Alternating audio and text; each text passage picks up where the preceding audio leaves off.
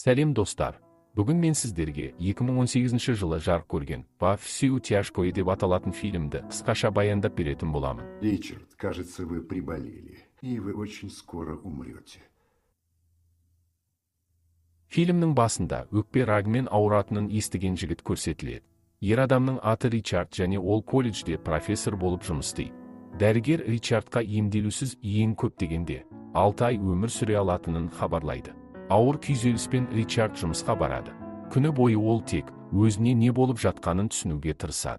Кешкі ас кезінде ер адам қызы мен әйеліне өзінің ауруы туралы хабарлағысы келеді. Бірақ кенеттен оның қызы Оливия қыздарды ұнататынын мойындайды. Әйелі Вероника күледі және ол өткінші нәрсе дейді. Ал Ричард керісінше қызын қолдауға тырысады. Оливия ұрсысып, содан кейін ол ренжіп кетіп қалады. Ричардпен жалғыз қалған Вероника күйеуінің бастығы Генримен көңіл көтеріп жүргенін мойындайды. Ричард абдырап, Генридің адам емес, нақұрыс екенін айтады. Олар ұрсысып қалады. Вероника Ричардтан кешкі астың басында не айтқысы келгенін сұрайды. Ер адам бұл сұраққа жауап бермейді. Келесі күні Ричард дәріс оқиды және оның сабағына қызығушылық танытпайтын студенттерге кете беріңдер дейді. Көбісі кетіп қалады. Ричард барға барып, ең жақын досы және әріптесі Питермен бірге ішімдік ішеді. Ричард оған демалыс алуға көмектесуін сұрап, досына диагнозы туралы айтады. Питер Ричардты тыныштандыруға тырысады.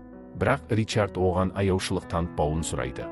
Келесі күні Ричард Вероникаға қызына олардың отбасылық проблемалары туралы айтпауды ұсынады.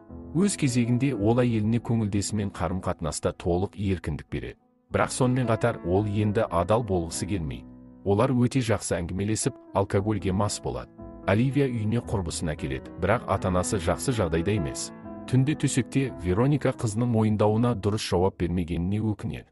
Дәрісте Ричард өз студенттерімен кездеседі. Ол Клэр есімді қыздан өзі туралы айтып беруін сұрайды. Ол Ричардтың әйелі көңіл көтеріп жүрген Генридің жиені екені белгілі болады. Бірақ Клэр ағасын онша жақсы көрмейтінін айтады. Профессор студенттерге орналасқан жерін өзгертуді және барға баруды ұсынады. Даяшы оларға жақындағанда ер адам оған қырыңдай бастайды.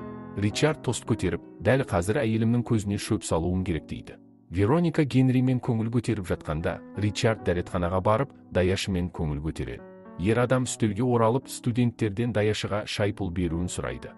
Кейінірек отбасылық кешкі ас кезінде, Ричард Вероникаға қызынан кешірім сұрауды ұсынады. Келесі оқу күні феминист студент, профессордың көмегімен жақсы жаққа өзгере бастағанын айтады. Біраз уақыттан кейін ол Ричардтың кеңсесіне келіп, оған шөптен жасалған кекс әкеліп береді. Үйінде Ричард Оливиямен сөйлесіп, қызынан бақыттысың ба деп сұрайды. Оливия өте бақыттымын деп жауап береді. Әкесі қызымен мақтанады. Келесі күні Ричард студенттерді колледждің көгалына апарады. Олар тыйым салынған заттар мен алкогольді ішеді. Питер Ричардтың денсаулығын құртып жатқанына шыдай алмай, оны ракпен ауыратын науқастарды емдеу тобына апарады. Профессор басқа пациенттердің әңгімелерін тыңдап, олар уақыттарын босқа өткізіп жүргенін айтады. Уақыт өте аз. Ол барлығына көңіл көтеруге баруды ұсынады, бірақ ешкім келіспейді. Ричард барлығына сәттілік тілейді және Питермен бірге барға барады. Ричард саяхатқа шыққысы келетінін айтады.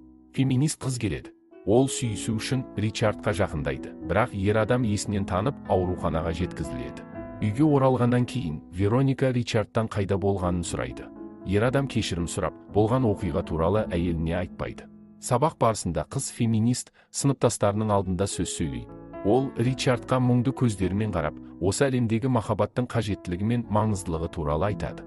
Өз кабинетінде Ричард өзін жайсыз сезініп, еденге құлайды. Оны досы Питер байқап қалады. Ер адам досынан онымен бірге шіркеуге баруын сұрайды. Ричардқа досымен қоштасатын сәт келгендей, Питер шыдай алмай жылай бастайды.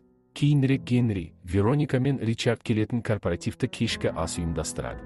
Ричард бірден Генридің әйеліне қарай жақындап, оны күйеуінің көз алдында құмарлықпен сүйеді. Кешкі ас кезінде Ричард орнынан тұрып, барлығына өзінің ауруы туралы айтады. Ол Генридің өз әйелінің көзіне көпшілік алдында шөп салып жүргенін меңзейді. Сондай-ақ Питерге керемет достығы үшін алғыс айтып, опасыздыққа қарамастан өзінің өте қуанышты екенін және Верониканы бұрынғыдай әлі де жақсы көретінін айтады. Кешкі астың соңында Ричард әйелімен қоштасады. Ол Вероникадан әрқашан бақытты болуға тырысуын сұрайды. Ричард жылап жатқан Верониканы құшақтап, оған соңғы рет қимастықпен қарайды. Содан кейін олар қоштасады.